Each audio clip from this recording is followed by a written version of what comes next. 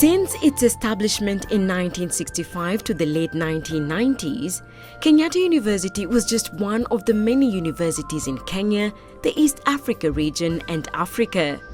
There was nothing strikingly different about the institution. As other institutions, there were modest lecture halls and laboratories, a modest Moi library that could serve 2,000 students, hostels to accommodate only 3,000. A vast portion of its over 1,200 acres of land was unutilized, and the campus, like other university campuses, was generally unattractive. Unknown to most of us, a visionary leader to transform Kenyatta University was being nurtured somewhere in the remote areas of the country. According to Abraham Lincoln, if I had 8 hours to chop down a tree, I'd spend 6 sharpening my axe. The young Miss Olive Mwihaki attended Dries Farm Primary School from 1961 to 1968, Alliance Girls High School from 1969 to 1973, and Moi Girls High School from 1974 to 1975. This young student later enrolled at the University of Nairobi for a Bachelor of Education program when Kenyatta University was a constituent college of the University of Nairobi. She graduated with a first-class honors degree. With an AFGRAD award through USAID, the young Miss Olive Mugenda proceeded in 1982 to the University of Iowa for her master's and PhD degrees, which she obtained in 1983 and 1988 respectively. I saw in Professor Mugenda an opportunity to train someone who can come and make a difference, and she has not disappointed me. On the return of Dr. Olive Mugenda to Kenyatta University in 1988, she steadily rose through the ranks from a member of teaching staff to chairman, Department of Family and Consumer Studies in 1996, and dean, School of Applied Human Sciences in 1999. Professionally, she rose from the position of assistant lecturer in 1984 to full professor in the year 2000. At the university level, Professor Mugenda acted for short periods as Deputy Vice-Chancellor during the absence of holders of the offices and eventually was appointed Deputy Vice-Chancellor, Finance, Planning and Development in March 2002, a position she handled very well. When the position of Vice-Chancellor was advertised in 2005, Professor Mugenda applied and was eventually selected among a number of applicants and installed as the first woman Vice-Chancellor in East Africa on the 20th of March 2006. But the only way I could, really grasp the gravity of this appointment is when I actually went home and I spent time with my family and I spent time with my mom, and we kind of talked about, what this meant for us and what it meant for her. And then later attended her inauguration. So it was a good time. It was an interesting time and a happy time for all of us. Visionary leadership. All men dream, but not equally. Those who dream by night in the dusty recesses of their minds wake in the day to find that it was vanity. But the dreamers of the day are dangerous men, for they may act their dream with open eyes to make it possible. T.E. Lawrence, 7 Pillars of Wisdom. No undu wake njui ni kwenda kuruta wira wake na kio nginya agakinyia mwisho wega. Immediately Professor Mugenda became the Vice-Chancellor, she assembled some of the important pillars for her transformation mission. The first pillar was the University Strategic Plan 2005-2015, which she coincidentally authored before becoming Vice-Chancellor. Most of the vision of Professor Mugenda and strategies for implementing them were embedded in this document. She had a vision for the university, and that vision was captured and expressed in the strategic plan that was developed in the year 2006. And she was given space together with her management to execute and implement that strategic plan. All the flagship projects have to be successfully implemented during the plan period, and intermediate reviews undertaken to raise the bar for the strategic plan. The second pillar was changes to the administrative structure to reduce bureaucracy and enhance efficiency. One important such change to the structure was the creation of directorates. Each of these directorates focused on a specific area of the university mandate, and services and instructions come to them directly from the VC, and they report directly to the VC. This has notably enhanced performance and progress on all fronts in the university. The third pillar was to rein runaway university expenditure, seal loopholes of fraudulent practices, and streamline the collection of fees in order to conserve the limited financial resources available and maximize its use. Yeah, the university started with a capital base of 1,557,000,000 in 2006. We have closed with a budget this year of 11 billion shillings. So that budget has grown to 11 billion shillings per year. This good financial practice has contributed immensely to the stretching of the limited financial resources Kenyatta University has to achieve so much. The fourth pillar was to adopt an entrepreneurial approach to generating resources. A transformational leader is acutely aware of the need for and how to generate the resources for implementing the change and growth agenda. They are under discouraged by a lack of resources or by high levels of uncertainty. Rather, they tackle these situations by taking action and experimenting with new solutions to old problems. They refuse to cynically or lethargically resign themselves to challenges. They do not wait solely for monthly allocations from the government. Soon after becoming the Vice-Chancellor, she armed herself with relevant data and information proving that Kenyatta University has for a long time been disadvantaged in the allocation of funds to public universities, and successfully made her case to the then Minister of Education. Whereas the major determinant of allocation was enrollment, a few universities with lower enrollment than Kenyatta University were being given more funding. This brave, spirited and fearless move by Professor Olive Mugenda significantly impacted on the level and stream of funds that have since been given by the government to Kenyatta University. Using these pillars, the projects, activities and changes that have been undertaken under the transformational leadership of Professor Mugenda in a short span of 10 years is, to say the least, amazing. During the period of our 10 years, she has started and completed, some of them are still ongoing, 63 projects with a value of 8 billion shillings. This include flagship projects completed, Postmodern Library, Chandaria Business Innovation and Incubation Center, Business and Study Services Center, Kenyatta University Amphitheatre, Center for International Programs and Collaboration, Alumni Building, Directorate Building, Students Hostels Mombasa, Riverside Flats, the Teaching, Research and Referral Hospital, Unicity Petrol Station.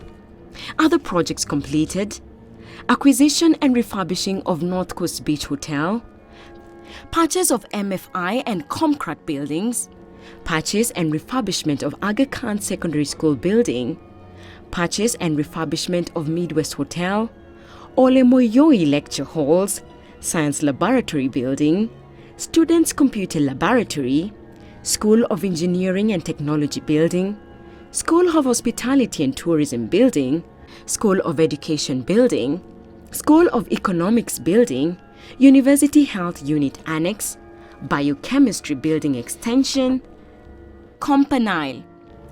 Flagship projects ongoing: Kenyatta University Children's Hospital, PPP Students Hostel with 10,000 capacity, International Language and Culture Center Building, Kenyatta University Solar Power Plant.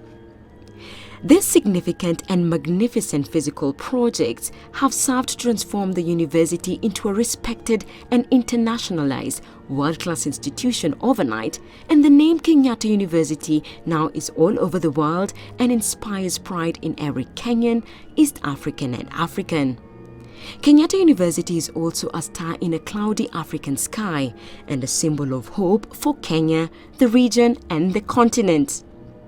Apart from these physical projects, many facets of the university, too many to list, have seen tremendous improvement over the 10-year transformational leadership span of Professor Mugenda.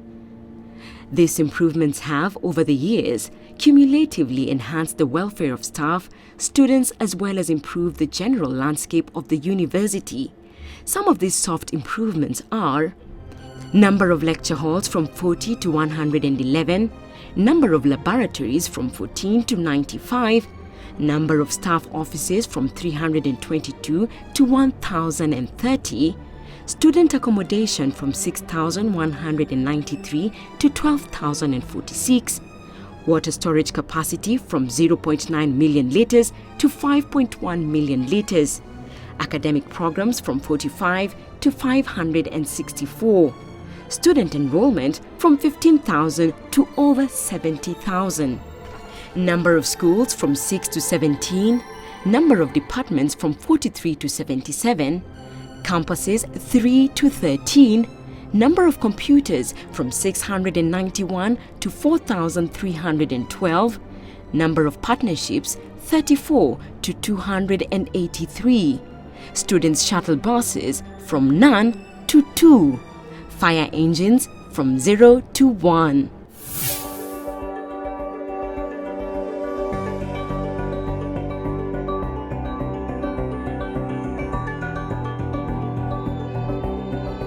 Unlike her colleague vice-chancellors whose focus is limited to what they can achieve within the time span their tenure allows, Professor Olive Mugenda has not only paid attention to what she can start and achieve, but also planned for what time cannot allow her to start and achieve.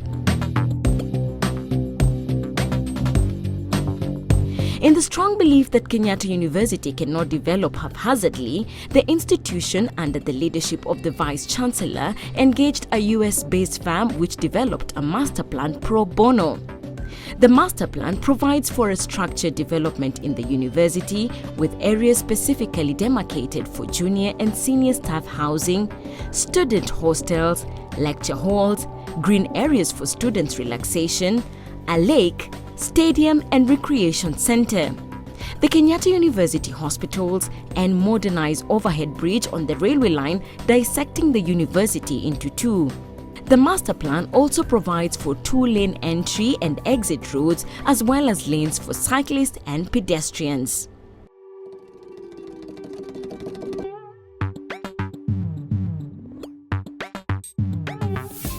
The Vice-Chancellor has also led the university to attain Position 1 twice and Position 2 once among all state corporations in the country in the annual performance contracting. She is an excellent academic with exemplary integrity and fairness and a vision of the future of institutions. And I hope there are other institutions in Kenya, and I know there are many, who need this type of individual. Similarly, her 10-year tenure has seen the university climb the global university ranking ladder.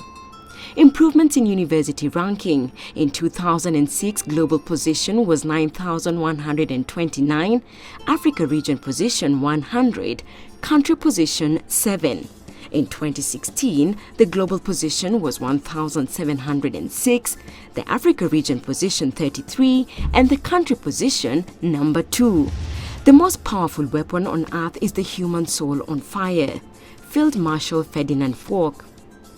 3 words can be used to aptly describe Professor Mugenda during her 10-year tenure: passion, indefatigable, unstoppable, or unvoguable. Most people who have had the opportunity to interact and work with her have always noticed that in whatever she says and does, she is engulfed in a halo of passion. The belief that an idea is good and can be pursued is clearly imprinted on her face and body, and she swings into action like a cheetah pursuing a prey. So we are very passionate and we are happy to partner. She is a sworn enemy of procrastination and unnecessary bureaucracy. Innovative projects like the University Teaching Hospital, University Children's Hospital, and the Unicity would not have materialized had she not been passionate and fast. Equally significant is the indefatigability and resourcefulness of Professor Mugenda and the boundless energy that she has. The progress the university has achieved is directly attributed to her resourcefulness and extensive national and international web of networks. Seeing her work throughout her 10 years has been interesting. She's worked really, really hard. She'd work late at night, she'd work early in the morning. In fact, we all complained how early she would wake up because she would switch on the lights and wake all of us up and do all this Daily Mail and everything. And it was not fun for us at the time, but I could see how committed and how hard she worked. I've also seen her grow throughout these 10 years. Believing in herself, believing in the dream that she had, in the vision that she had for the university. So I'm not surprised that it turned out this way. At the same time, I'm thankful that God brought her through. I remember during her inauguration, my sister and I sang Psalm 23 to her as she was sitting on the podium. And I think that's been our prayer as a family for her and for her time at KU, that God may be her strength, that He may be her shepherd throughout these 10 years, and He's done exactly that. Professor Mugenda is the current chairperson, Association of Commonwealth Universities, member, Africa-Canada Emerging Leaders Dialogue Advisory Council, member, Executive Board, Association of Africa University from 2008 to 2013, current Vice President, International Association of Universities. Apart from these appointments to international organizations, Professor Mugenda has been showered with national and international recognitions, some of which are the Ernst & Young Lifetime Achievement Award, Impressor Award by the Regional University Forum for Capacity Building in Agriculture, RU Forum, Award of CEO of the Year, Champion of Governance 2015, the 2016 Les Palmes Academics Award by the French government. Professor Mugenda has definitely executed her job very well as the #1 fundraiser for the university through these useful networks and her entrepreneurial strategies. Fight hard when you're down, die hard, and you won't die at all. James H. West. As expected, it has not been a bed of roses for Professor Olive Mugenda in the 10 years that she has been Vice-Chancellor. She has endured her fair share of riots by students, strikes by workers' unions, personal insults from one or two staff that she did not deserve, court actions instituted by belligerent staff mostly in collusion with people from outside the university, bring her down smear campaigns by journalists who are paid. What a few rotten ones do best. While some vice-chancellors have wilted and have been swept away by the current of these occurrences or resigned under pressure, it takes the unstoppable or unbogable vice-chancellor to have the psychological and mental constitution to withstand and overcome this. Professor Olive Mugenda is a very transformational leader. As a student in this university, I was able to taste that. You know, I joined the university in 2007 and my course was a 6-year course. So from 2007 to 2013, I was able to see her transformational leadership at work, both in the academic arena and, even in the public sphere. We were able to see her influence, really bring out the best out of the university and the students. Professor Olive Mugenda has not only performed exceptionally well as a transformative leader by changing Kenyatta University into a world-class institution, but she has also, in doing so, invested unimaginable passion, commitment, time. A determined individual who is selfless in her service and who cares about the quality of lives of individuals, including her own family. So she stands out as an icon in this country, and I really wish her the very best in whatever else she's going to do, because this country needs people like her. The Council, Management Board, Senate, staff, students and alumni take this opportunity to salute the visionary and transformative leadership of our outgoing Vice-Chancellor, Professor Olive Mugenda, and acknowledge that her name has been inscribed in gold in the history of Kenyatta University.